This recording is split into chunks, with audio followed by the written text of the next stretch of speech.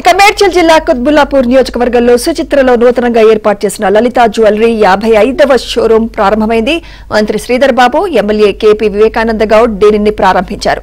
చదువులేని వాళ్లకు ఉపాధి కల్పించడమే లక్ష్యంగా తమ సంస్థలు పనిచేస్తాయని లలిత జ్యువెలరీ అధినేత కిరణ్ కుమార్ అన్నారు. రాబోయే 2 నెలల్లో వరంగల్, మిర్యాలగూడ, ఖమ్మంలో మరో షోరూంలు ప్రారంభిస్తున్నామని తెలిపారు.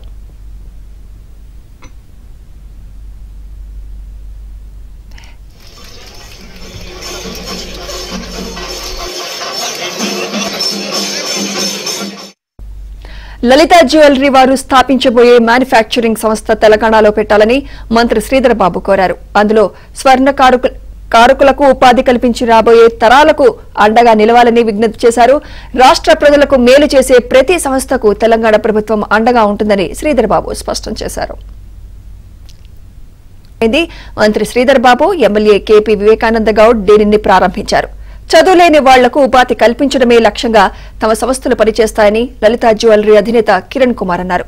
రాబోయే 2 నెలల్లో వరంగల్, మిర్యాలగూడ, ఖమ్మంలో మరో షోరూంలు ప్రారంభిస్తున్నామని తెలిపారు.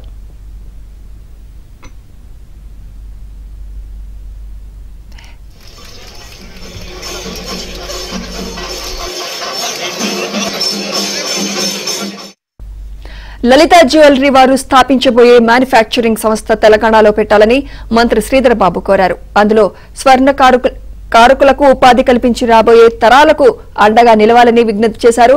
రాష్ట్ర ప్రజలకు మేలు చేసే ప్రతి సంస్థకు తెలంగాణ ప్రభుత్వం అండగా ఉంటుందని శ్రీధర్ బాబు స్పష్టం చేశారు.